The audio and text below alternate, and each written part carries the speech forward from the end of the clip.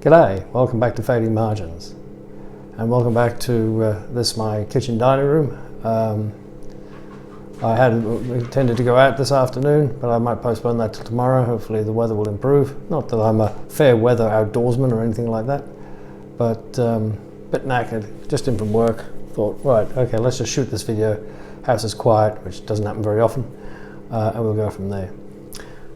Yeah, what I want to share with you guys today is 5 or 6 knives, I think it is, and one almost knife, all of which I've made myself.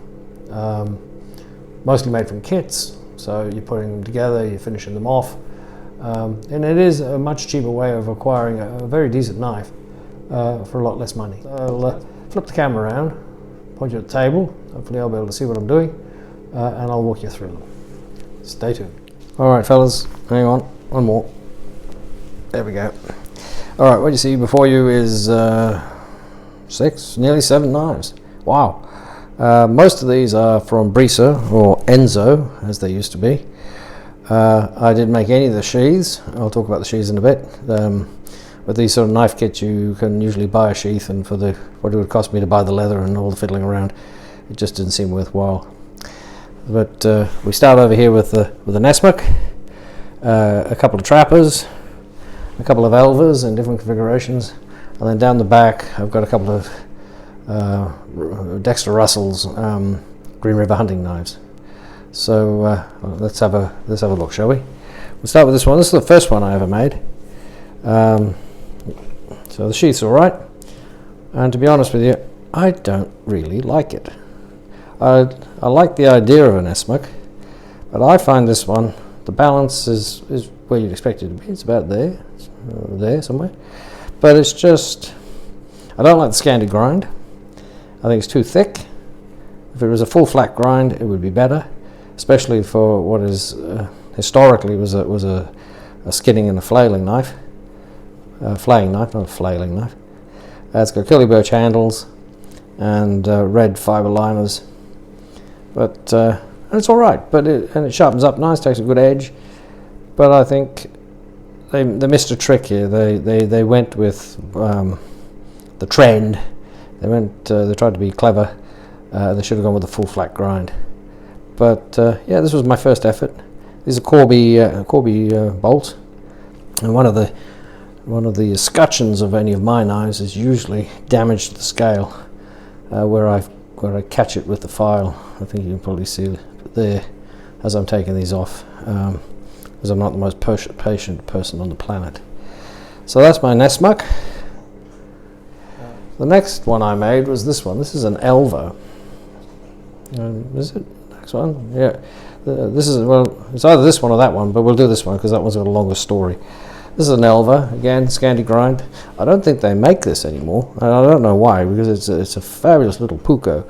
Again, I wouldn't have the scanty grind again, although this is absolutely lethal on wood. It is perhaps the best wood knife I've ever encountered. I love the configuration. It's got a nice big handle, fits your hand, sweet. You can get right up, you can choke right up on it. So, but yeah, I was very pleased with this one. This is black G10. How they managed to put a texture into what is essentially plastic, and the texture stays there when you sand it, I don't know. But it's a very, very comfortable knife, and very, as I say, very, very good on wood, very utilitarian. Don't carry it often, but I do use it around the place. The next one I made was this one, but I made it with a green G10 handle. And if you look carefully, see if I can show you here, you might be able to see it if the light plays. You should be able to just see a mark where I made a complete hash of the handle, rushing. And here, and I had to cut off pieces of the handle with a hacksaw, and I made a bit of a mess. Anyway, it was functional, it was okay, but I kind of hated it, because I'm a bit like that. So I decided, right, we'll go again. So I drilled out the bits, gave it a few smacks with a hammer, and it all came off. And then I cleaned it up with an abrasive. Obviously these scars were too deep to do anything with. It's ironwood, it's desert ironwood. Absolutely gorgeous. I didn't put a liner on these, this one, just the wood straight on. And you know, stand by your keyboards. I think I may have even glued this one up in a hurry with super glue, but it doesn't seem to suffer from such an appalling blasphemy. And it works fine. I love this knife. I use it a lot. If I'm out in the yard, I'll often just pop it on my belt.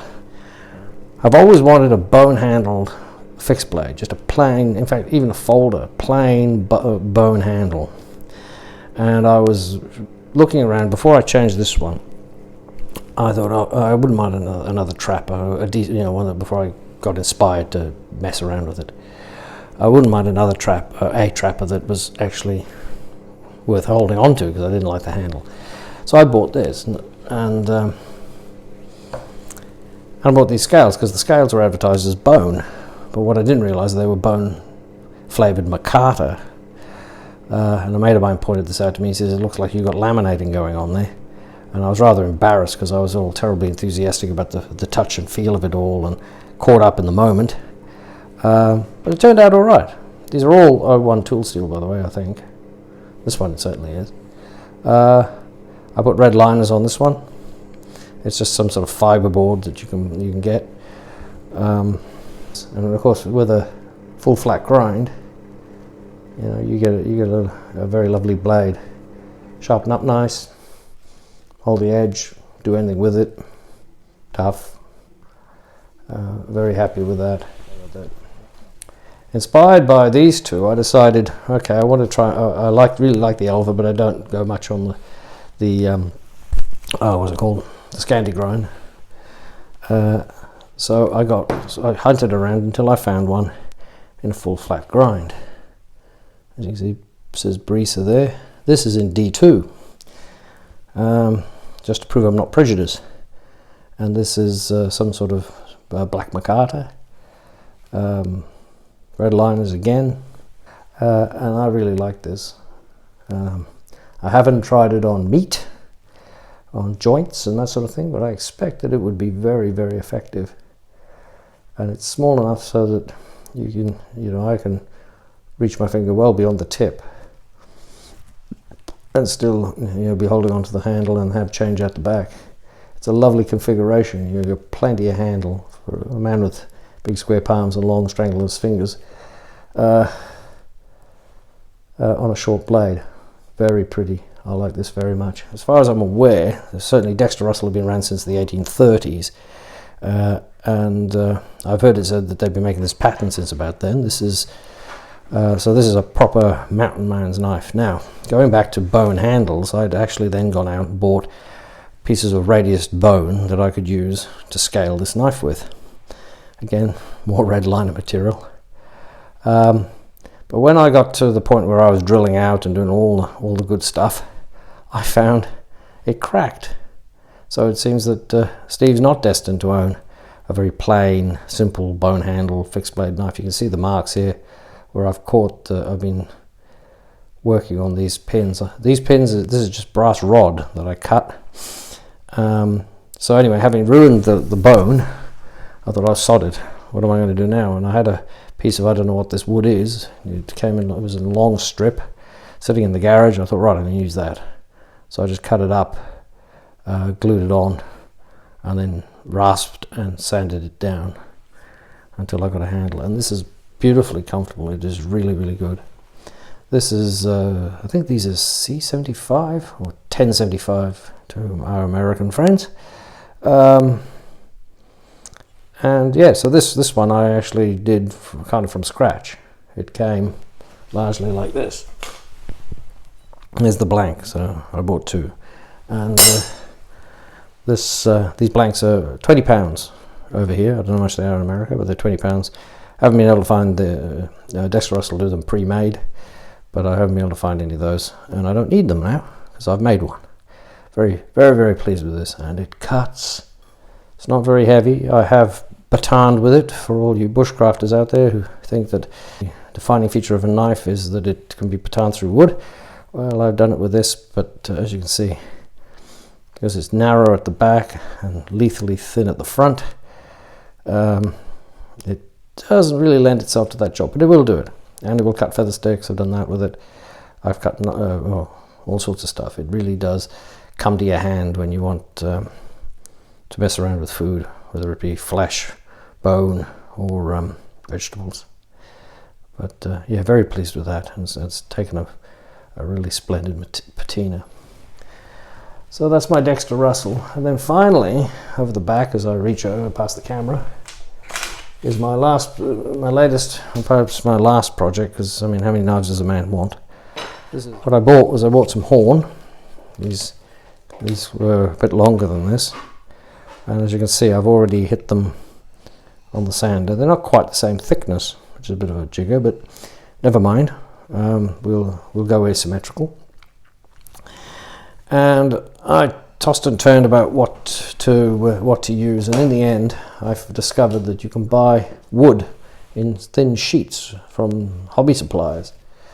So I have opted for mahogany liners, okay, and at some point in the very near future I will glue the liners to the scales, and then glue one scale to the knife, and then the other scale to the knife. And as you can see, it should come out, once it's sanded down and everything else, quite pretty. So I'm looking forward to that. Buffalo horn is a very nice, I don't know about working it, but when it's finished, if I'm able to finish it appropriately, it's a very, very nice material. So we'll put him there. We'll put him there, as I promised. The Elver in D2,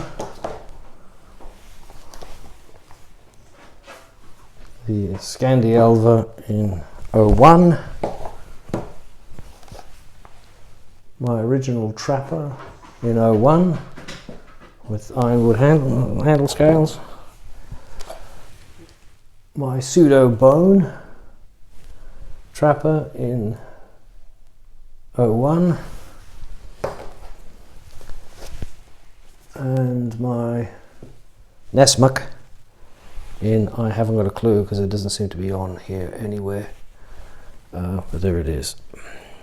So there you go, guys. I'm not particularly talented with my hands. I never did shop or woodworking or metalwork at school. If you're in the market for a new fixed blade knife, then have a think about this. You know, you can either go for the kits, which will save you, well, put it this way, you'll get the knife and the sheath for still less than you'd pay to buy the knife if you bought it made by the factory. Or you can go down the super budget route with a knife that has considerable history and heritage, and put it together yourself. You can do it, and I encourage you to have a go. There you are. This is Steve from Fading Margins, as always wishing you health, happiness and every blessing, and I will see you next time, by God's grace, over the back fence. Take care. Bye bye.